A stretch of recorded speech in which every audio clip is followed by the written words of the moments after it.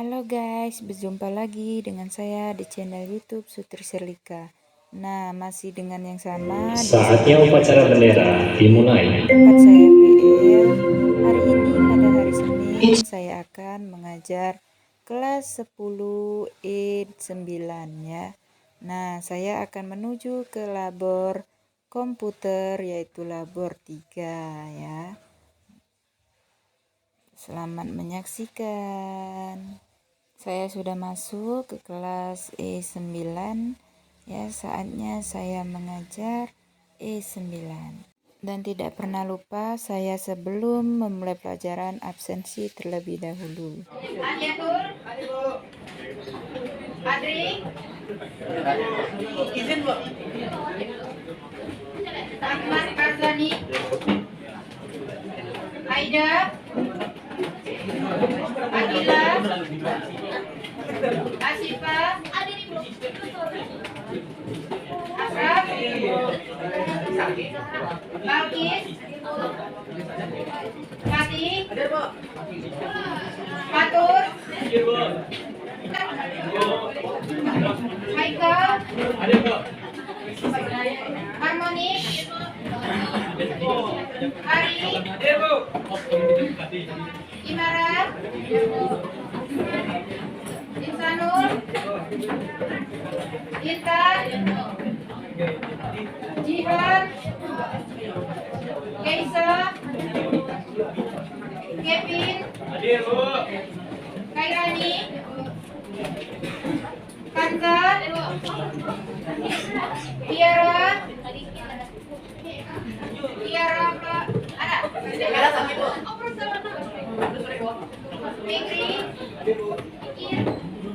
Fikri, Argo, Iqbal, Irsan, Natasha, Putri, Raditya, Ratu, Samira,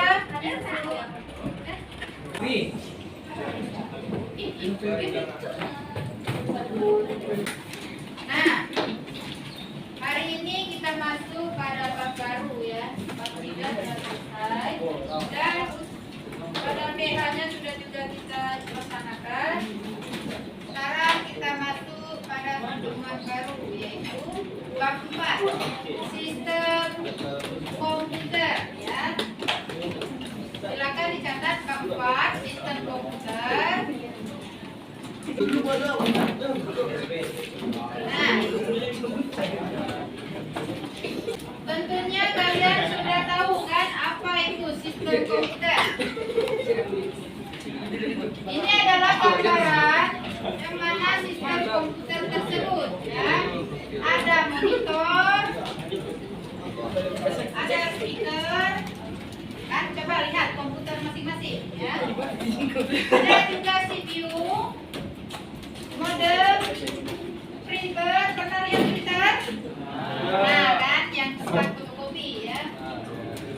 Ada juga mouse ya. Nah, ada handphone, ada disk, dan ada juga CD ya. Pastinya kalian sudah tahu. Nah, di antara depannya itu yang mana yang kalian belum tahu? Yang mana?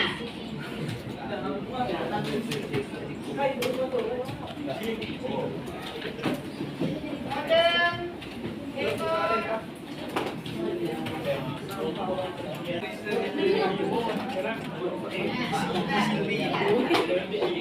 komputer ya, ada 4. Yang pertama ada kolaborasi, yang kedua ada interaksi, ketiga ada sistem operasi, dan yang keempat ada komponen penyusun komputer ya. Silakan disalin dulu. Kata menghasilkan output ya, ini boleh disingkat saja catatannya ya, tidak terlalu banyak. Yang penting kalian paham ya, boleh diringkas ya.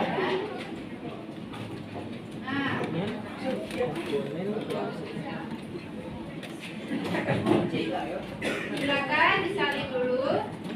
Boleh diringkas ya. Tidak perlu banyak, yang penting jelas. Ya.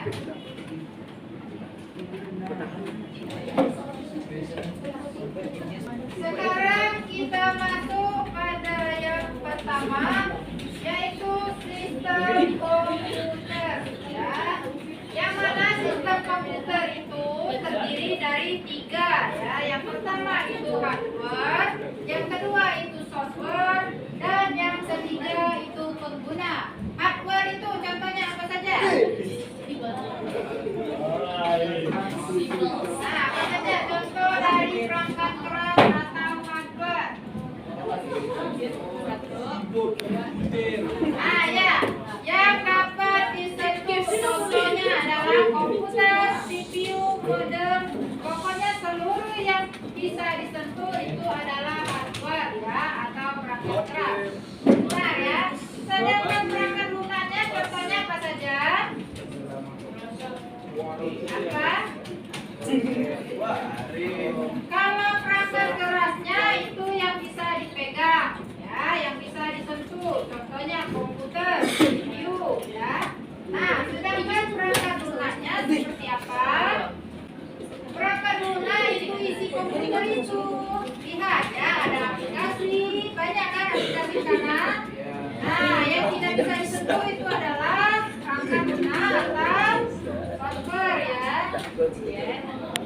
Nah, sekarang pengguna. Pasti tahu siapa itu pengguna? Yang menjalankan komputer atau orangnya ya. Nah,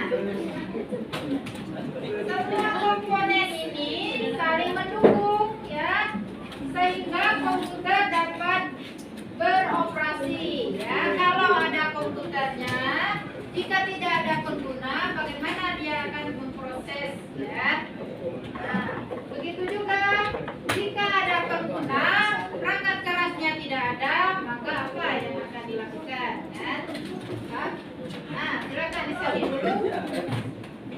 Cukup disalin. Sistem komputer itu ada 3 ya, hardware, software, dan pengguna. Silakan salin. Jadi ada 3 tadi kan, ada pengguna, ada perangkat keras, dan juga ada perangkat lunak. Itu adalah pengertian dari perangkat keras, hardware atau perangkat lunak, juga software. Nah, perangkat keras itu sudah dijelaskan tadi adalah komponen fisik ya, yang nyata, yang bisa disentuh ya, pada komputer yang dapat disentuh ya. Nah, ingat saja dalam teori utama, kalau dia hardware, perangkat keras itu berarti bisa kita pegang dan bisa kita sentuh. Kalau software itu isi komputer ya, baik itu aplikasi, baik itu apa saja yang di dalam komputer itu namanya software ya, isi komputer. Nah, silakan disalin.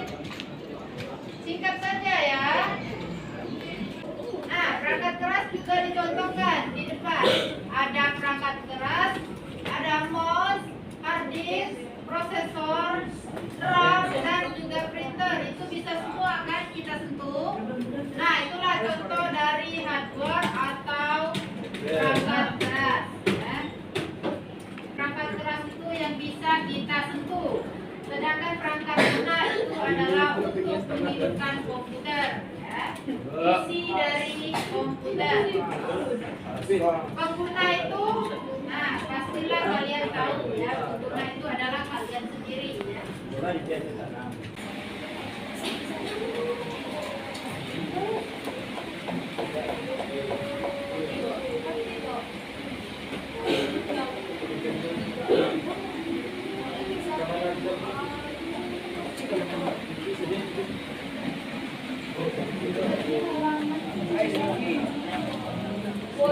Ya, disalin yang di depan.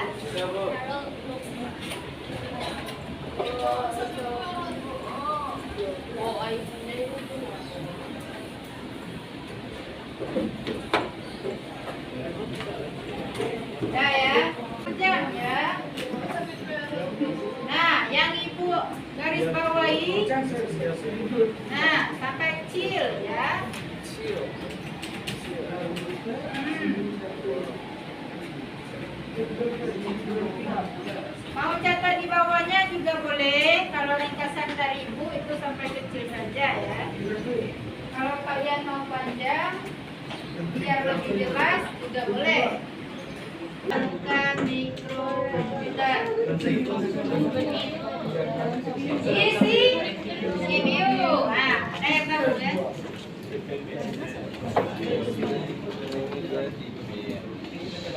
Yang di bawah itu.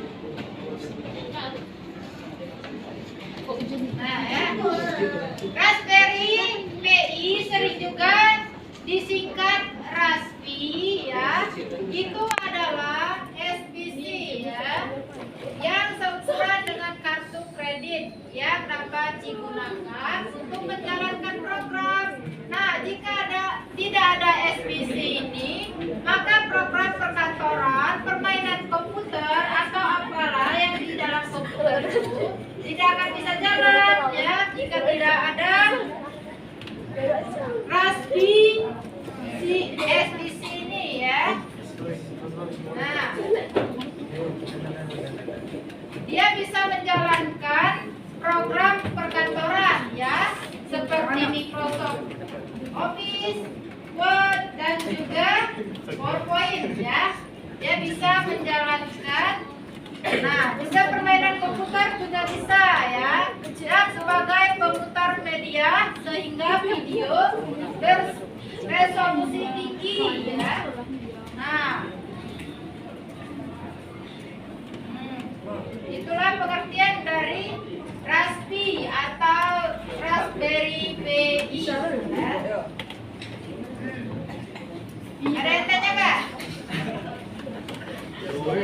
Nah, siapa yang mengembangkan pertama kali Raspberry Pi? Yang mengembangkan pertama kali adalah Yayasan Nirlaba ya. Nirlaba ya. Nah, itulah yang pertama kali mengembangkan Raspberry Pi ini atau Raspi ya. Nah, disingkat saja ya.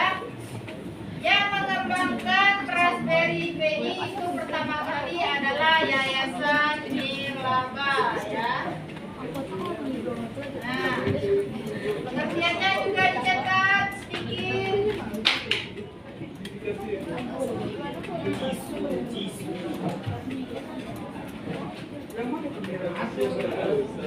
Singkat ya pencatatnya, tidak usah banyak.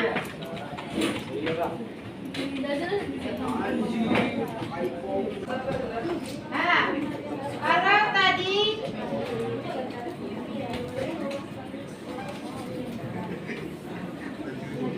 ada mikro ya. Sekarang kita masuk pada komputer kedua ya, jenis kedua, yaitu ada komputer personal atau PC personal komputer ya. Sama seperti komputer yang kalian pakai ya. Komputer di depan kalian sama persis pada nomor 2 ya. Nah, jadi komputer di depan kalian itu namanya adalah komputer personal ya, atau PC personal komputer ya. Nah, komputer personal atau PC ini memiliki ukuran yang lebih besar ya dari komputer mikro tadi ya, dan juga memiliki kemampuan penyimpanan dan pengelolaan data yang lebih besar atau lebih tinggi ya. Nah, dibandingkan dengan komputer mikro yang pertama tadi, dan dia juga bisa dibuat untuk menggunakan personal. Nah, PC dapat berbentuk desktop ya. PC ini dirancang untuk ditaruh di meja ya, seperti komputer di depan kalian ya. Itulah yang dinamakan komputer personal ya. Nah, atau untuk dapat dijinjing dan di bawah namanya laptop ya, nama kursi. Silakan dicari dulu pengertian Microsoft komputer personal. Dapat? Yang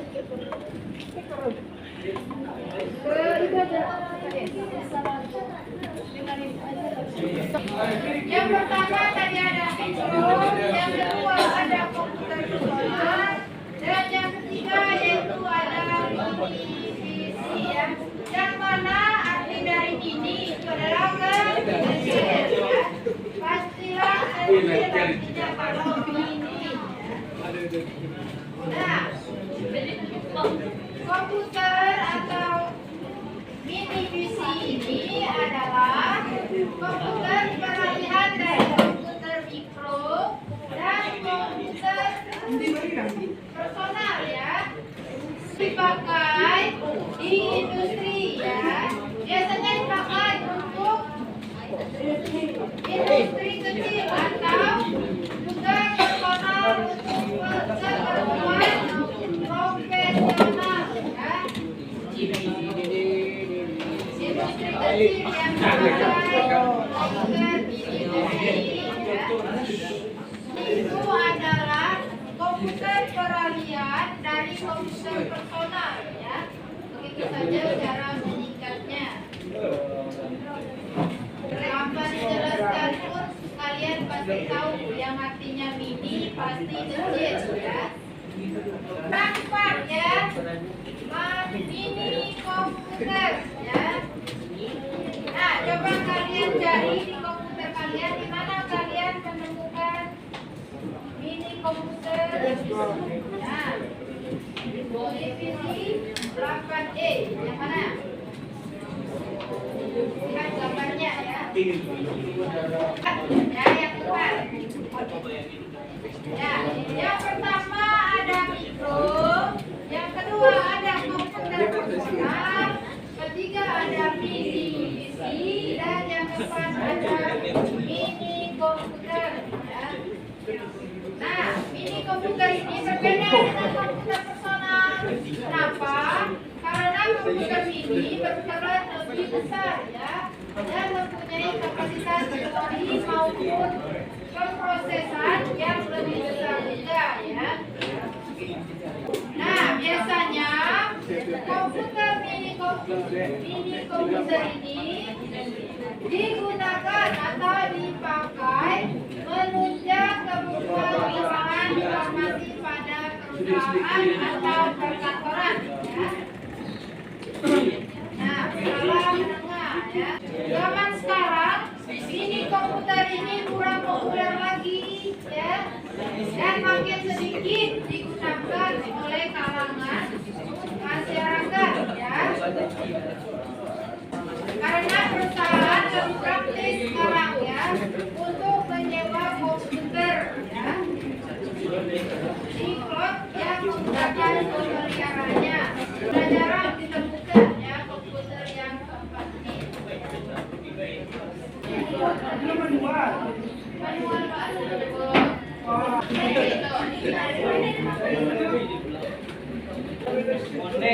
ada yang bagian bolanya.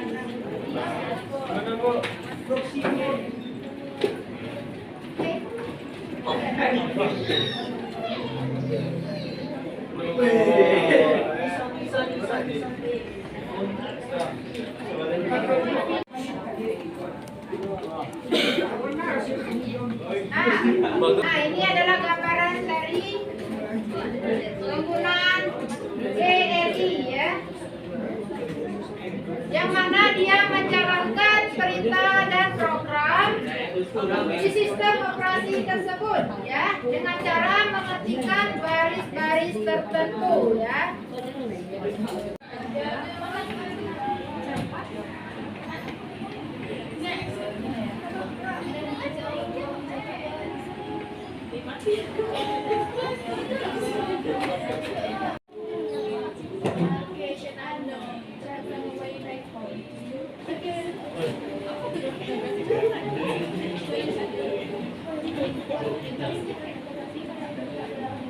Silakan dibagikan komputernya ya, di shutdown ya, jangan asal matikan. Silakan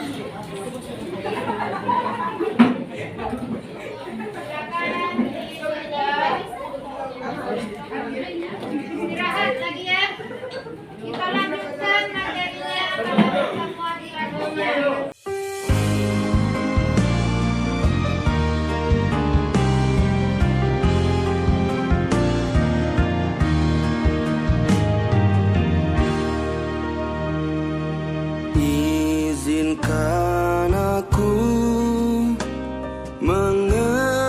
tentang dirimu. Sekarang siswa-siswi SMA Negeri 2 Bukit telah selesai pelajaran dan sekarang jam istirahat ya. Sekarang saya akan menuju ke ruang guru. Nah, mungkin cukup sekian video dari saya mengajar di kelas 10E9. Jangan lupa disaksikan video saya selanjutnya. Jangan lupa like dan subscribe-nya ya guys. Terima kasih. Wassalamualaikum warahmatullahi wabarakatuh. Jasamu selalu ku kenang.